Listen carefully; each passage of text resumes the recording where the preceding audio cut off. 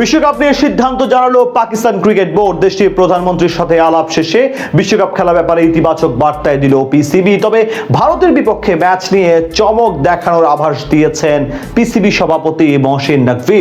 আর তাতেই কপালে হাত, আইসিসি ও বিসিসিআই এর কোটি টাকার লোকসানের মুখ দেখতে পারে বিশ্বকাপের আয়োজকরা। বিশ্বকাপ নিয়ে পিসিবির মাস্টার প্ল্যানের সিদ্ধান্ত নিয়ে বিস্তারিত রিপোর্টে।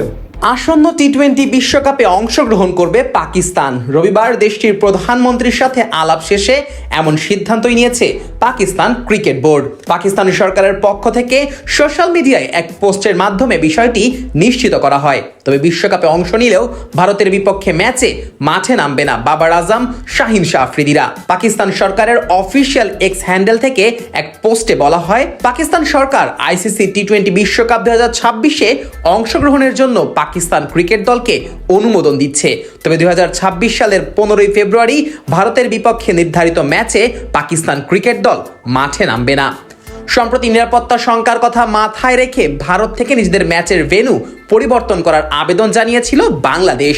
মূলত মোস্তাফিজুর রহমানকে অন্যায়ভাবে আইপিএল এর দল থেকে বাদ দেওয়ার ঘোষণাতেই এমন সিদ্ধান্ত নিয়েছিল বিসিবি। তবে বিসিবির সেই দাবি মেনে নেয়নি আন্তর্জাতিক ক্রিকেট সংস্থা বা আইসিসি। আইসিসির বোর্ড সভায় ভোটাভুটিতে হারতে হয় বাংলাদেশকে। ফলে বিশ্বকাপ খেলার সুযোগ কেড়ে নেওয়া হয় টাইগারদের কাছ থেকে। লিটন মোস্তাফিজদের বদলে বিশ্বকাপে সুযোগ দেওয়া হয় স্কটল্যান্ডকে। আইসিসির সেই বোর্ড সভায় বাংলাদেশের পক্ষে কথা বলেছিল শুধুমাত্র পাকিস্তান ক্রিকেট বোর্ড। তবে তাতেও মন গলেনি আইসিসির। বিসিসিআই এর কথা মতোই বাংলাদেশকে তারা বাদ দেওয়ার সিদ্ধান্ত নিয়েছিল। এরপর থেকেই পাকিস্তান ক্রিকেট বোর্ডের মধ্যে আলোচনা চলছিল বিশ্বকাপ বয়কট নিয়ে।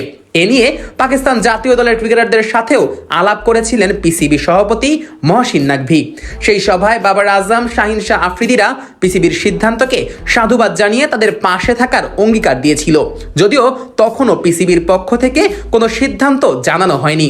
পাকিস্তান প্রধানমন্ত্রীর সাথে আলাপ শেষ করেই সিদ্ধান্তটা নেওয়া হবে বলে জানিয়েছিল পাকিস্তান ক্রিকেট বোর্ড।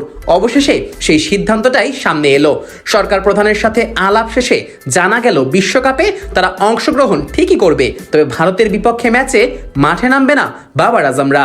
এই ঘটনায় এখন বেশ বিপাকেই পড়তে হচ্ছে আইসিসিকে, কেননা ভারত পাকিস্তানের মধ্যকার ম্যাচ দিয়েই বিশ্বকাপের অধিকাংশ ইনকাম হয় আইসিসির। তবে এখন যেহেতু পাকিস্তান এই ম্যাচ না খেলার সিদ্ধান্ত নিয়েছে, সে কারণে আর্থিকভাবে বিশাল ক্ষতির মুখেই পড়তে পারে ক্রিকেটের সর্বোচ্চ নিয়ন্ত্রক এই সংস্থা।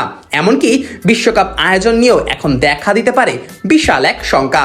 বাংলাদেশকে বাদ দেওয়ার ঘটনায় শেষ পর্যন্ত কাল হয়ে দাঁড়ালো আইসিসি এবং বিসিসিআই এর জন্য। আর্থিক ইনকামের যে সুযোগটা তাদের সামনে ছিল, এখন আর সেই ম্যাচ আয়োজন করার সুযোগ পাচ্ছে না আইসিসি।